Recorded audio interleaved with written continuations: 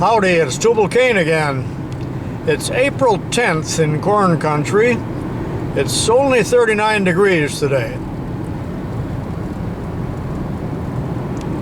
I'm taking a short field trip not too far from home, and I'm going to look at a locomotive that's in a man's garage. It's hand-built quite a few years ago. I'm not sure what the gauge is. It hasn't been running for many years. It was inherited from the man's father-in-law, so we'll soon be here to see my friend John and check this thing out.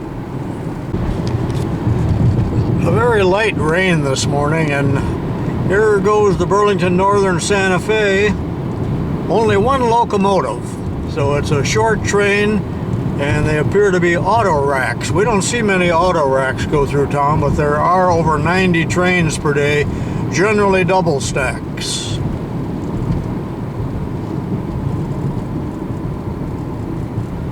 Here's an underpass that frequently floods in heavy rains.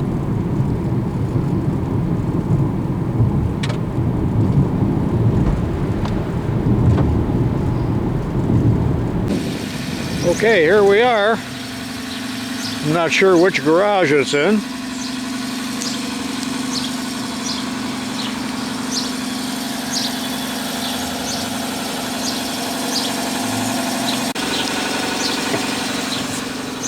So here we are at my buddy John's garage, and what a beautiful locomotive awaits us. Wow. Morning, John. Morning. I turned the rock and roll music down. Since we're in steam days. What did you say the gauge was? 7.5 inch. 7.5 inch gauge. It's Wow. called 1.5 inch scale. Okay, it's called, yeah, 1.5 scale. The rails are 7.5 inches apart. All right. And you got it on a nice portable stand here so it can be moved around. And worked on somewhat. Yeah. I assume you probably don't always keep it in this position here, or? No, in fact, I wish it could be turned upside down once in a while, because you need to get underneath it. Oh, really?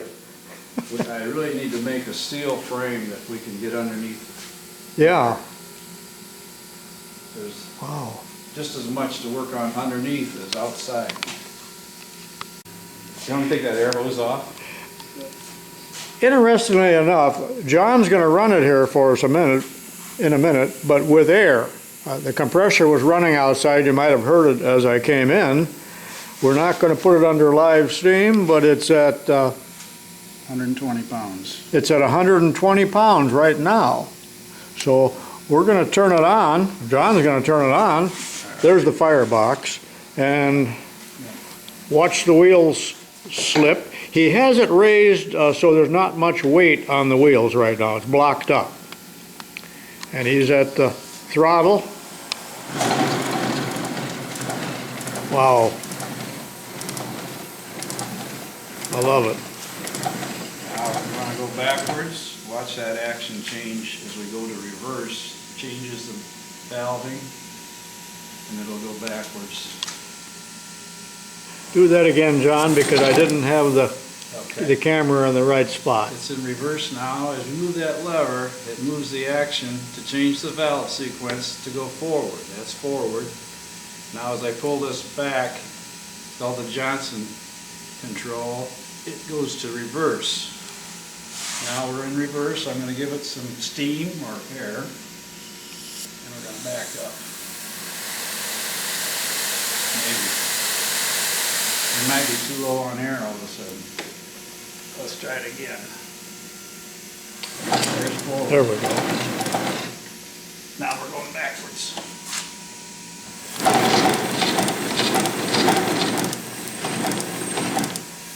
I don't know if you want to, have you heard of quartering and how it's timed? Or do you want to hear that detail?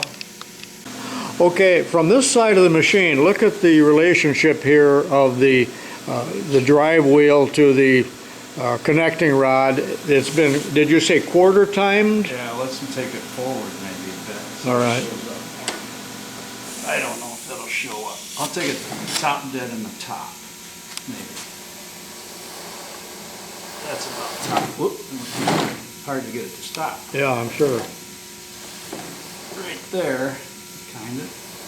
On the other side's gonna be hot. Well, I can't get Yeah, it. we probably won't be able to, but when we go over to the other side, well, I don't know if we're going to be able to show it, but the whole essence of what we're talking about here is that the timing on this side is 1/4 off of the other side. 1/4 off the other side, so there is no point at which the locomotive would be stuck or could not be self-started from a stop. So that's the general thing of what I'm trying to tell you, but I doubt that it was explained very well. And this is what they call the steam chamber. That's the steam dome. Steam dome. This is the sand dome. That's the sand dome. It's actually- Is this operational? Well, unfortunately, sand doesn't scale down properly. It's like trying to get gravel through a pipe.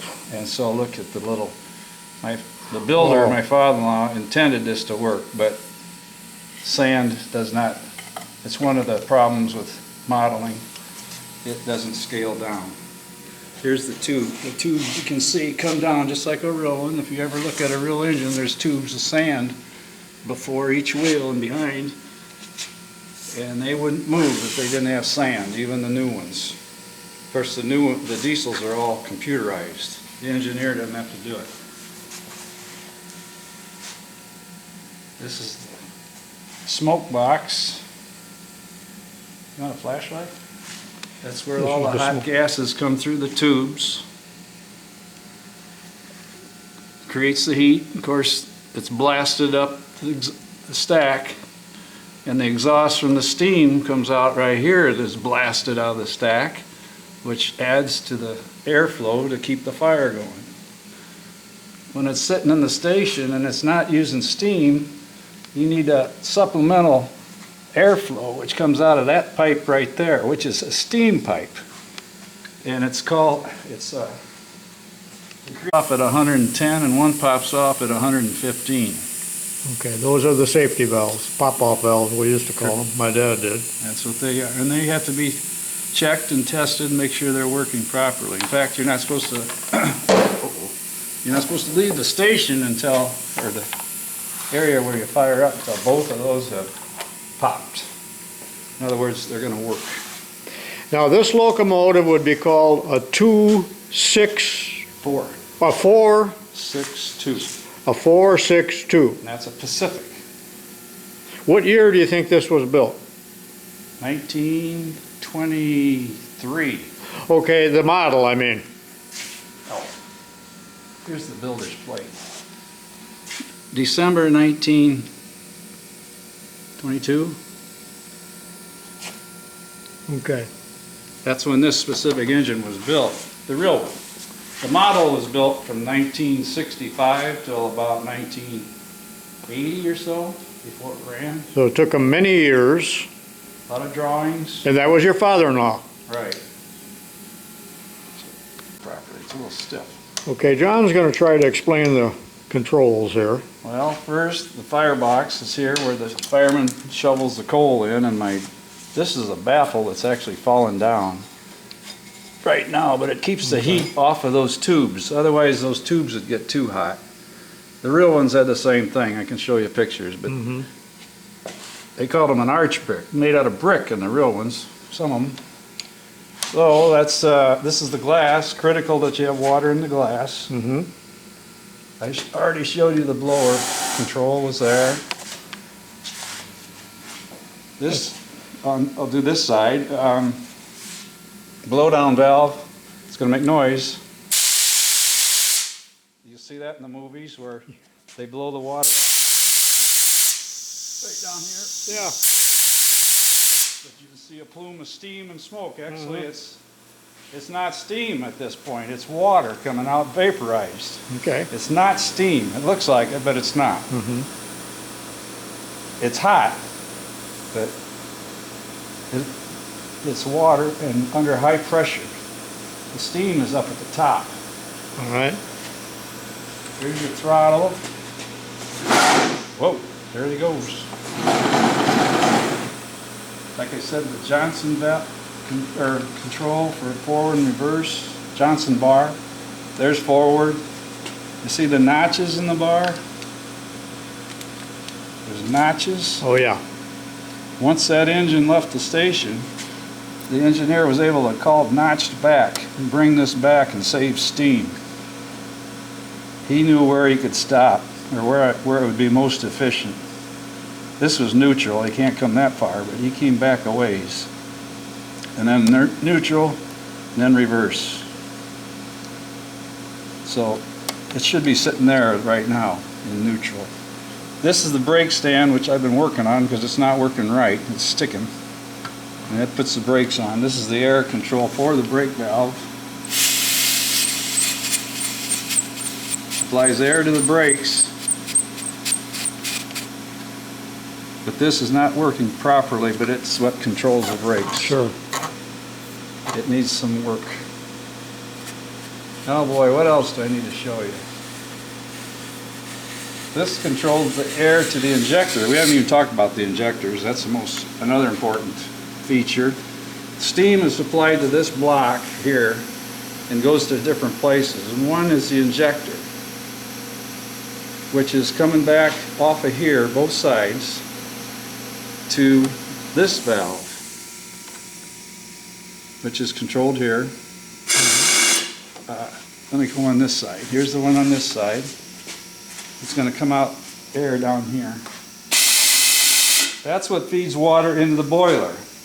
Now, if you want to talk about an injector, that's a whole story in itself. Probably a little beyond the scope of this short video. It's a remarkable thing that works. It takes steam and injects water into that boiler from the tender. Here's the pipe of water from the tender. It's a Venturi effect in a simple terms. It's a Venturi. It takes it to the boiler. It injects it clear up here into the front. There's check valves, so it can't come back. Okay. So that water is getting shot clear up in here into the boiler. Did I ask you yet what the diameter of the piston is, or any idea? You know, I don't remember. It seemed like it's around 2 inches or 2.5, something like that. I can't remember. I remember him looking for the rings. It was hard for him to find rings for that piston. Oh. Lawnmower shops, and they finally, I think they made them themselves. That's quite a piece of work in itself, the valving and absolutely. Now, getting back to the reversing gear, do you know, is that the Stevenson action, or, you know, there's several different actions, you're not sure? And I want to say Baker, but I don't know for sure. There's a Baker and wall shorts. That wall short, or however you pronounce that, that's what I was thinking, but I don't know either. You know what, and somebody in the comments will tell us exactly what that is. So you can go back and look too. Now here's an interesting part too, is the air compressor. If you want to study that, that takes steam pressure and makes air pressure, and it functions. It'll create air pressure into this air tank. Yeah, that's just not ornamental. No, it functions. Now this, they bought this. My father-in-law didn't make this. They bought it. Some of these things are available in this hobby. You can buy them. This, for example, this is a generator up here. That's available. The bell. And that's a working generator? It doesn't work now. I don't know for certain. But it did. I can't say. All right, you're not sure. It hasn't worked since I've had it. It'll take steam, but I don't think it's a function. And this is the whistle. Yeah, you want to hear it? How many chambers is it, do you know? Or chime? Three. Three chime. Is it too loud? It's going to be loud. All right, I'm going to back off, and he's going to toot the whistle real briefly. I can try to keep it. All right. That's under air. We're still at 120. All right, this is the wooden pattern for the wheels that went to the foundry, flat back, counterbalanced, of course. By the way, there's different balancing on each wheel according to how much weight. That one would be this center wheel, counterbalance. This wheel had a smaller counterbalance. So there would have been 3 different patterns. At least 2. These look the same to me. Okay. And then this one's bigger, the counterbalance.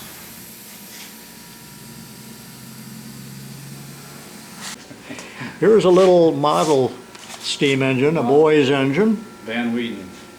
It's a Whedon. Now this casting here it's a rough casting, cast iron, and it was probably a spare, but it's the bolster for the tender. And I see you've got that truck off. Well, I had ambitions of getting the brakes on this, which here's the drawings. Oh my. He was, oops, upside down. Getting ready, before my father-in-law died, this was the next project. Here's the brake cylinder, supplied by air or steam. He was going to try to use air, with linkages back to control these brakes. Here's the brake itself. He got that far. But the linkages to them, didn't get that part done. Huh. And it's needed, because you need brakes on these things. Okay. John's going to show the brakes here. There's a cylinder up under here, barely visible, that you supply steam to. As that pulls all this linkage together, it pulls these linkages, and they're on hangers under there. Well, that's a brake hanger right there. All right. And as that's pulled, it equalizes all the way back. Each one, you can see them moving. So it just puts pressure on that wheel. That's exactly like the real one. So there's 6 brakes. Just on the engine. And when they're working, you can feel them work, but you need brakes on the cars and the tender and the whole train. The engine can barely stop a train full of cars and people. There's a lot of weight to stop. Yeah. And so if it doesn't work, it's called digging your heels in, because you've got to stop it somehow. This is an oiler that supplies oil to the cylinder down here, and each time this mechanism pumps, it delivers a little tiny drop of oil down into the steam cylinder.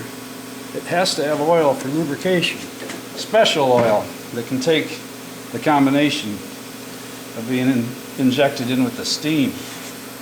So you fill that, make sure it has oil in it. There's oil in it now. Kind of a thick oil. It is thick. See that? Yeah, look, almost like it's sticky. It's like 90 weight, but it's special oil. Okay, here's a locomotive Texaco chart in regards to lubrication. Go ahead and explain it, John. Oh, just... Well, you don't, not too detailed, because it's... Right. Well, this is, in my opinion, one reason the steam engines lost favor, because this is all the different lubrication points. Well, here's number 769, so what's that tell you? Total down here is 1,051 points of lubrication with different oils in some of them. Holy mackerel. Here's the different oils: valve oil, engine oil, car oil, grease, Texaco driving journal compound, brake cylinder, all these different combinations of oils, specialized. Some of them had to be done every 150 miles. So this chart is an antique from 1941. We're talking patterns right now, and this is the pattern for the steam dome, and we're not sure what kind of material it's made out of, but it appears to be some kind of resin or filler or clay or something of that nature. But notice that it's like a saddle that would fit onto the engine. And that cap is separate. You can see the line there. Yeah, and this was separate. He does not have all of the patterns for this. We're not sure what happened to them. You know, there's people... Now, regarding this casting here, we don't have the pattern to show you, but this is apparently the core box, and 2 cores would be made, and that would form this hollow.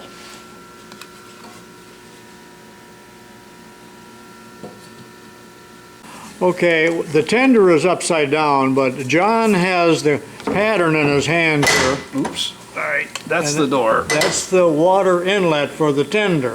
And here's the pattern. And there's the foundry pattern for that. Thought that was interesting. This is a match plate, And it turns out that this, what I call a pattern, might have just been a mock-up, and it's made of balsa wood. But we got a match plate here, and turn that over, John. And on this side, I'm assuming that this is where the sprue and the riser went, and these are the holes for the flask. And again, that part that we're talking about is there, right there. So I think it's interesting to see the patterns and compare them to the finished parts A rocking bolster, for this casting right here. It's a little hard to see. spring And we're, spring loaded, can move and rock slightly. oh yes. And it's the way the original engine was. This is Here's a little engine that John worked on, 20 years ago or so. He said it's his first attempt, and it's really quite intricate. But did you say you gave up on it at some point? oh, kinda did, too But- many mistakes. But we got a couple broken taps in here, and you can see they're really small taps, so it's rather neat engine. Maybe you'll finish it now, John, when you're retired and you got time. If you can extract those broken taps, I'll finish it. Here's the valve, and it's not very well made because I did not have a milling machine. The valve sits like that and goes back and forth. There's a strap runs the valve. It's in here somewhere. Oops, I'm on the wrong end. No wonder. It goes this way. Here's this mechanism that turns that valve up and down. I got almost there before I gave up. Pretty crude for. That was hard to build without a milling machine. Oh, yeah. Just filed, and Mm-hmm. that's why it